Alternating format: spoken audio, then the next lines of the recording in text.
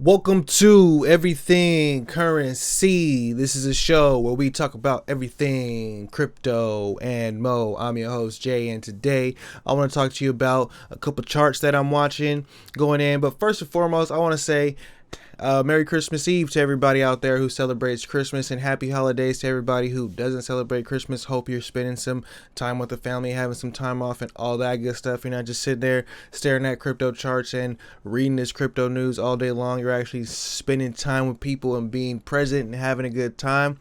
But first thing I want to talk about today is 1inch. So 1inch right now having a nice airdrop for everyone. A lot of people are getting anywhere from $1,200 to $4,000 worth of 1inch tokens. So if you ever used the 1inch exchange at all, come over to the 1inch website, log into your wallet, click this little horsey right here, and it'll tell you how many coins you staked. Myself, I never used the 1inch exchange, so I didn't get these tokens. And with that being said, I want to quote one of my fellow YouTubers, one of the, I don't really know the guy, but he's a cool dude. One of the homie YouTubers, I'll call him Crypto Kinsey. He said, one of the keys to being successful in cryptocurrency is experimenting, or one of the keys to being successful in DeFi is experimenting, or something like that. But all I got to say is that was some smart shit, because look, another airdrop and a bunch of people just got, I know some people who got $4,000 on this airdrop. So that's pretty cool. So go ahead. I think everybody should check and see if you are eligible for this airdrop, because there's, why not check? Secondly, Bitcoin is trying to move up right now. We're at $23,610. Are we going to have a nice Christmas pump? Who knows? But there's another chart that I've been watching and noticing that there's a pretty high correlation, and it makes sense. There's a pretty high correlation to this chart and Bitcoin, and that is the DYX chart. And this is what I got charted on my DYX chart. And keep in mind, I'm not a technical analysis whiz, but I do what I do to get what I have to get done. This is what I'm looking at right here. If this thing starts to reverse more upward, right now you can see this is a 4-hour chart. Even if I put it on the daily chart, it's starting to go for some higher lows. So we don't want to see that in this chart, because this chart is the dollar chart, and if the price of the dollar is going up, price of Bitcoin goes down and stuff like that. But with them printing a whole bunch of more money and stuff like that, we'll see what happens with this chart. We're seeing a bunch of money flow into Bitcoin right now. This chart, I don't even remember when I made it, but this is the chart of the total market cap of all of cryptocurrency. You can see the all-time high is right here. I think I have the Fibonacci set to where we had the open and the close, and we're coming back above 700 billion, which is a nice number that I feel like we need to get above to keep some type of bull run coming. So everybody's talking about the bull run. Yes, the bull run has started in Bitcoin, because Bitcoin got above the previous all-time highs. But the bull run for crypto doesn't start until we get above $750 billion. So once that happens, then I feel like then we can call it a bull run for all of cryptocurrency. So yeah, I'm watching this chart pretty damn close to see how that goes. The total crypto market cap, this chart right here. Right here is my Bitcoin dominance chart. We had some resistance at 71%. We started going down. We had a little bit of a downplay, and you can see altcoins are kind of waking up. If you come on Binance, usually this is a good way to, it's a good indicator for how altcoins are doing. Come on Binance, because Binance has the most altcoins. That's why, in case you're wondering why Binance.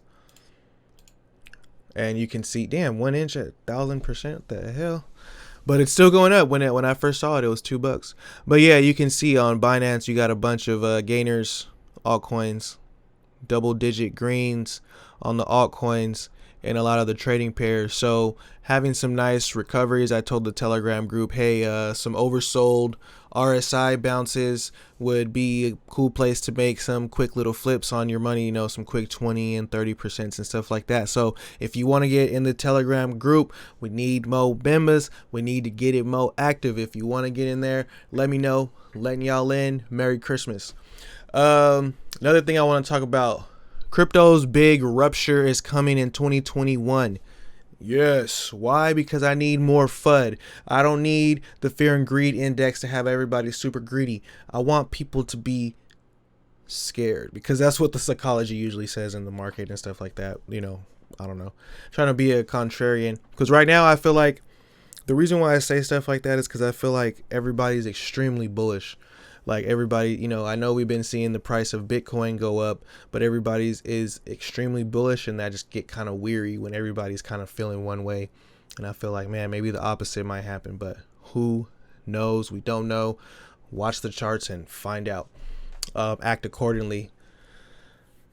But this guy right here is talking about crypto's big ruptures coming in 2021. And what this article is all about is how they're saying that there's going to be these KYC compliant digital currencies versus which are going to be the corporate backed digital currencies such as USDC. And then he talked about how the other cryptocurrencies are going to be the DAO like governance structures, which is going to make it pretty weary dealing with crypto with the SEC and all this stuff. Me, myself, I'm not too worried about the SEC because they already went after EOS. They fined EOS for whatever they need to fine them for. They went after Kick. They did whatever they need to do to Kick. They went after Telegram. They did whatever they need to do to Telegram. And now it's XRP's turn. So however you think that's going to turn out, that's your opinion. For me, I just feel like some of the stuff in that lawsuit complaint from the SEC I didn't like, for me myself being an investor, and I encourage anybody who's an XRP investor to go look at that, especially line III.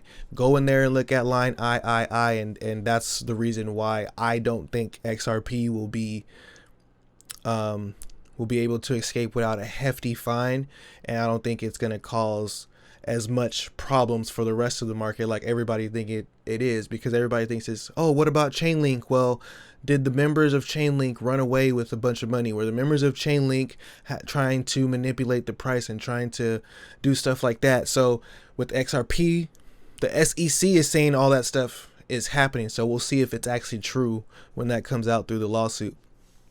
So with this regulatory clarity, let's get it. Everybody's scared of it. Let's get it. Bring it on. Solidify everything in 2021 so everybody can say, oh, that sucks. Okay, let's buy some more. Like, subscribe, turn on post notifications. Merry Christmas to everybody. And yeah, tell Santa I said what's up. Till next time. Peace.